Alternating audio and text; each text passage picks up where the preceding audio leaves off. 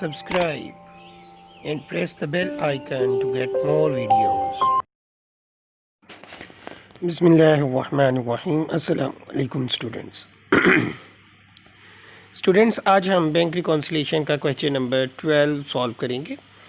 ये मेरे पास question number 12 की पिक यहाँ पे मौजूद है, जिसमें बैलेंस दिया हुआ है as per cash book. Aslam traders cash book जो है वो बैलेंस शो कर रही है 19,370।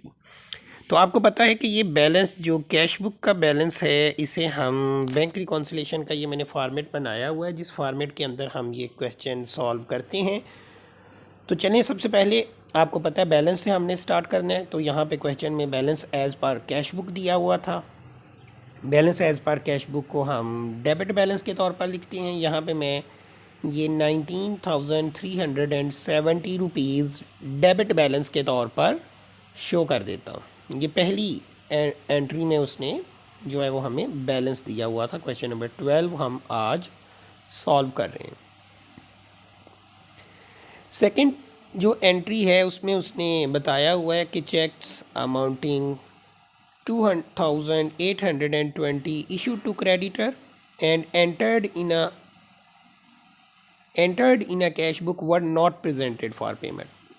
अभी तक ये पेमेंट के लिए प्रेजेंट नहीं हुए। तो जैसा आपको पहले मैं बता चुका हूँ, इससे पहले कितने सवालों के अंदर हम ये एंट्री आलमोस्ट कर चुके हुए हैं, हर सवाल में ये एंट्री आई है। तो अनप्रेजेंटेड चेक्स जो है वो डेबिट होते हैं। यहाँ पे आप लिखोगे पहले बैलेंस हमारे पास डेबिट पड़ा हुआ था, तो ये जो बैलेंस आ रहा है ये भी डेबिट बैलेंस है। तो इसे आप यहाँ डेबिट बैलेंस के तौर पर 2,820 रुपीज़ लिख के ऐड कर देंगे, क्योंकि दोनों बैलेंस डेबिट है। और आपको ये रूल बताया गया है कि अगर दोनों आंसर जो बैलेंस हमारे पास आ रहे हों वो सेम हो, तो हम जो बैलेंस नेट मालूम करते हैं उन्हें ऐड करते हैं। और मैंने यहाँ पे लिखा भी यही है कि ऐड अनप्रेजेंटेड चेक्स।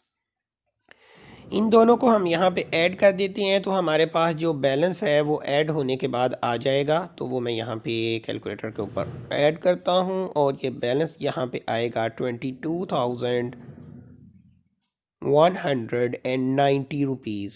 और इसके साथ भी हम यहाँ पे डेबिट का साइन देंगे, क्योंकि ये डेबिट बैलेंस है। तो इसके बाद हमारे पास तीसरी एंट्री मौजूद है। तीसरी एंट्री है A check of 1,750 were received from Universal, paid into the bank was dishonored। ये एक पेड चेक है जो बैंक में हमने पे किया ताकि इसकी अमाउंट हमारे अकाउंट में डिपॉजिट हो सके, लेकिन वो चेक डिसऑनर्ड हो गया।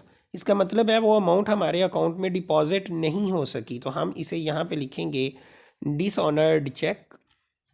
और ये क्योंकि पेड चेक था, इसकी अमाउंट हमारे अकाउंट में आनी चाहिए थी, नहीं आई, इसलिए हम इसे यहाँ पे क्रेडिट करेंगे।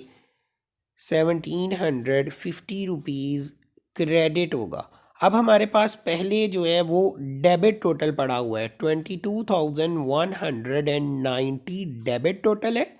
और ये जो चेक हमने बैंक में पे किया था ताकि इसकी अमाउंट हमारे अकाउंट में डिपॉजिट हो सके, ड्यू टू डिसऑनर, वो डिसऑनर होने यानी मुस्तरद होने की वजह से हमारे अकाउंट में डिपॉजिट नहीं हो सका। इसलिए हम इसे 17,050 को यहाँ पे क्रेडिट करके लेस कर देंगे। और हमारे पास जो है वो लेस होने के बाद 22,190 में से 1,750 रुपीज़ लेस करेंगे, तो आंसर आएगा 22,440 रुपीज़ डेबिट टोटल। ये आपने जो 3 एंट्रीज थी वो यहाँ पे इस बैंक रिकॉन्सिलेशन स्टेटमेंट में लिख ली। अब हमारे पास चौथी एंट्री में है bank an outstation cheque. तीसरी एंट्री में दिया हुआ है an outstation cheque of 575 entered in a cash book as a paid into bank but has not been collected. यानी ये अनकोलेक्टेड चेक्स हैं। और अनकोलेक्टेड चेक्स भी आपको पता है कि बैंक रिकॉन्सिलेशन स्टेटमेंट बनाते वक्त आप अनकोलेक्टेड चेक्स को भी क्रेडिट करते हैं। तो ये 575 रुपीज़ भी हम यहाँ पे क्रेडिट के तौर पर शो कर देंगे।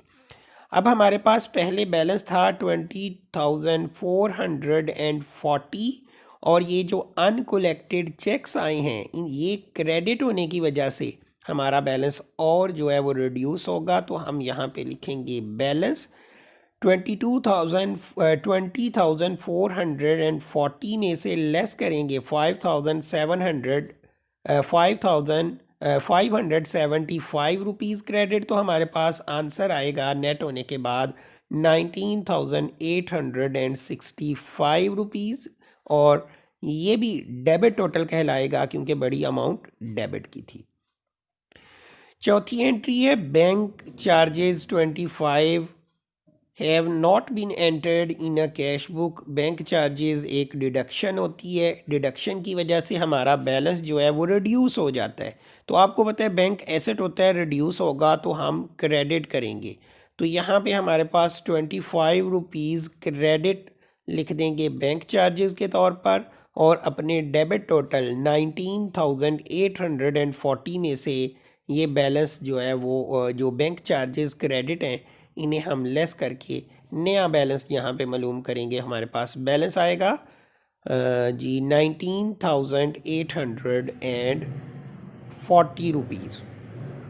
19,840 रुपीज़ हमारे पास after deduction of 25 rupees bank charges के ये बैलेंस आ गया। लास्ट एंट्री हमारे पास मौजूद है जो कि हमारे क्वेश्चन में गिवन है, interest on government securities 300 collected and entered in a passbook. Passbook में वो क्रेडिट है इंटरेस्ट ऑन गवर्नमेंट सिक्योरिटीज़ के तौर पर, तो ये हमारी अमाउंट बैंक कलेक्ट करके हमारे अकाउंट में ऐड कर रहा है, तो हमारा बैलेंस इंक्रीज़ होगा, एसेट बढ़ रहा है। आप इसको लिखोगे डेबिट, तो ये क्योंकि पहले भी डेबिट टोटल था तो ये वाला जो डेबिट टोटल आ रहा है इसको हम यहाँ पे लिखेंगे add interest on government securities collected by bank. ये आप यहाँ पे लिखने के बाद ये जो अमाउंट 300 हम बैंक ने कलेक्ट की है यहाँ पे हम डेबिट करेंगे, और जो पहले डेबिट पड़ा हुआ है 19,840 ये 300 डेबिट मज़ीद उसमें आएगा, तो हम यहाँ पे ऐड करने के बाद अपनी बैंक रिकॉन्सिलेशन स्टेटमेंट का फाइनल आंसर जो है वो मालूम करेंगे। तो इन दोनों को ऐड करते हैं 19,840 और उसमें हम ऐड कर देंगे debit interest on government securities collected by bank, तो हमारे पास नेट आंसर आएगा 20,140 डेबिट टोटल।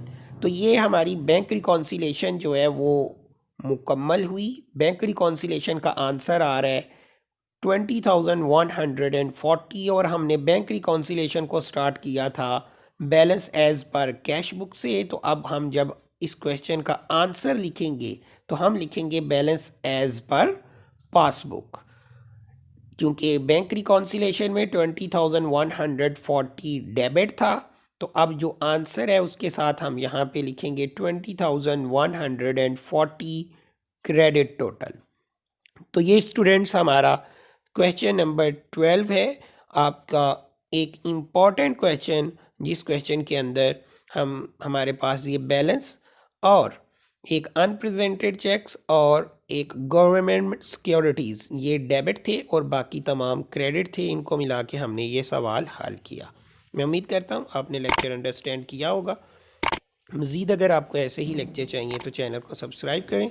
इंशाल्लाह नेक्स्ट लेक्चर में दोबारा मिलेंगे, तब तक के लिए इजाज़त दें। अल्लाह हाफिज़।